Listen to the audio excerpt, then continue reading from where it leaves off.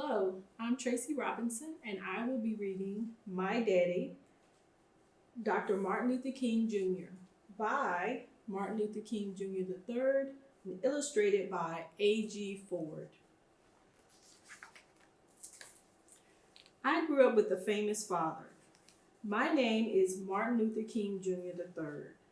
But when I was a kid, my friends and family called me Marty, so no one would confuse me with my father, the Reverend Martin Luther King Jr. When I was 5 years old, my dad one gave one of his most famous speeches. I have a dream that one day this nation will rise up and live out the true meaning of its creed, that all men are created equal, he declared. I have a dream that my four little children will one day live in a nation where they will not be judged by the color of their skin, but by the content of their character. I am the second of those four children he spoke about. There have been a lot of books written about my father, but not a whole lot has been written about my dad. This book is about my daddy, what it is like to live with him, and how much I loved him. My sister, Yolanda, who we call Yoki, and I wanted to go to Funtown more than anything. Well, kids, Daddy is working very hard so that you and all kids can go to Funtown, but it's not possible today, Daddy would say. Maybe next week, but that week never came. You just don't want to take us, Yoki wailed. And finally, my mother explained, we were not allowed in Funtown. These rides and the roller coasters were for white people only. That is how it was when I was growing up. My dad fought to change that. At home, though, my father was just dad. He tossed the football with me, taught me how to shoot hoops, teased me, and played with me. He would lift me up and put me on top of the refrigerator. I imagined swinging from the ceiling fan as if I were flying on my own airplane. Then I would let Daddy catch me as I fell into his arms. Away from home, things were different. It wasn't always easy being the son of Martin Luther King Jr. What's your name? The two older boys asked. I don't remember, I said. I forgot. I knew it was wrong to lie. Why'd you say that, Marty? My mother later asked. You know your name. It's your father's name. I knew, and I knew why I hadn't said my name. Because I was afraid. Some people didn't like my father's work. He was stirring up trouble, they said. My father never stole anything or hurt anyone. Even so, he was thrown in jail more than 30 times. He had the courage to stand up and say, this law is unfair. And sometimes he was arrested for that. Once, a neighbor was driving me home from school on the radio, and we heard that Reverend Martin Luther King Jr. and about 80 other people had been thrown in jail. I was terrified. I ran inside my house crying and asked my mother, why did Daddy go to jail? What did he do wrong? My mother hugged me. Your dad went to jail to help people, she told me. Some people don't have enough to eat or comfortable homes or clothes to wear. They are not as fortunate as we are. Daddy went to jail to make it possible for all people to have these things. Don't worry, Daddy will be coming back.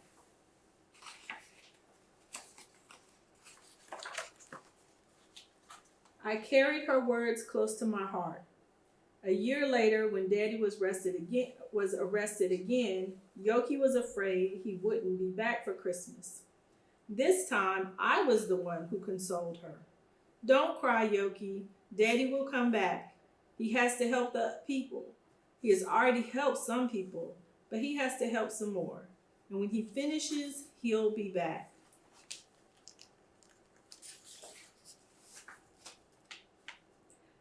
My father was not the only one in danger. Many people were hurt or even killed as they tried to change unfair laws. Once, as I marched in a protest, I saw a pretty lady with a bandage over her nose. My mother explained that she'd been attacked by a police officer. The marchers were peaceful, but that didn't stop people from trying to hurt them.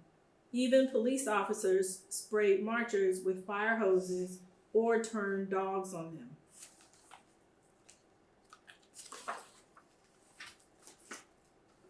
Later, a police officer came up to us with a huge dog that growled at me. I was terrified. "It's okay, Marty," my dad told me as he took my hand, and I felt safe. My dad was not a tall man, but he always made me feel like he was a giant. I was never afraid when I was with him.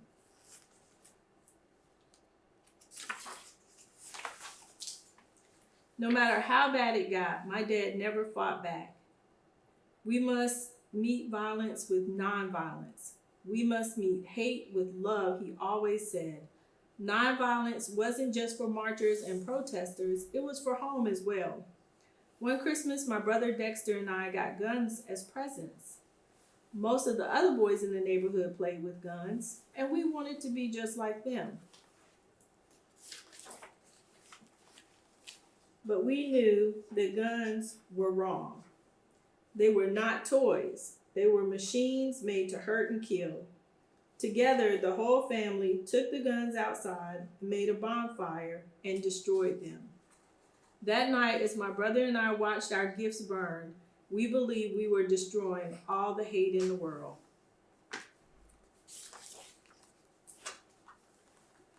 One bonfire couldn't fix everything, but some things were getting better, like the law that kept black and white children from going to the same school.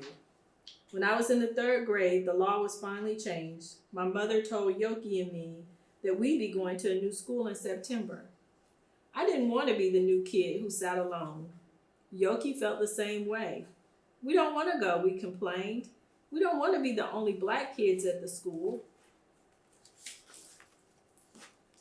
My mother said that she'd see what she could do. The day before school started, we found out that our 3 friends, the Abernathys, were going to be going with us to Spring Street School. I was glad to have many friends and my sister with me, because when we got to school, there were flash bulbs going off and TV cameras everywhere. Why do reporters want to talk to us? We were just kids going to school just like everyone else.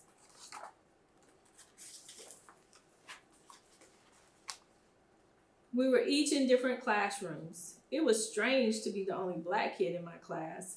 I felt like everyone was staring at me the whole day. One kid even made a nasty comment. Wouldn't you rather go to school with your own kind?" he asked. "Why aren't you at your own school?" "We're all the same kind. We're all kids, and Spring Street is my school now," I said. My father fought for us to be just kids, attending the same schools. It was what he meant when he said he dreamed of his children being judged by the content of their character and not by the color of their skin. One school at a time, one child at a time, one heart at a time. This is how the world is changed, by reaching out to people with kindness and compassion. My father was changing minds and unfair laws. He once said, "We have a power within us to be more powerful than the power of bullets." That power was love and faith. It was a bullet that ended my father's life, but it did not stop his message. It did not stop his work. My father was there to see me start school, but he wasn't there to see me graduate. I was only 10 years old when he was killed. I was so young when my dad died, but I'm blessed with the memory of a warm and playful man. I am reminded of him everywhere I go. There are streets and churches and schools named for my father in almost every city in the United States. And on the 3rd Monday of every January, we celebrate his birthday as a national holiday. These things honor his memory and keep his spirit alive. We must continue to change minds as my father did. We must continue my father's work for freedom and equality for all. It wasn't always easy being his son, but I'm so proud to be that son, and I'm so proud to share his name.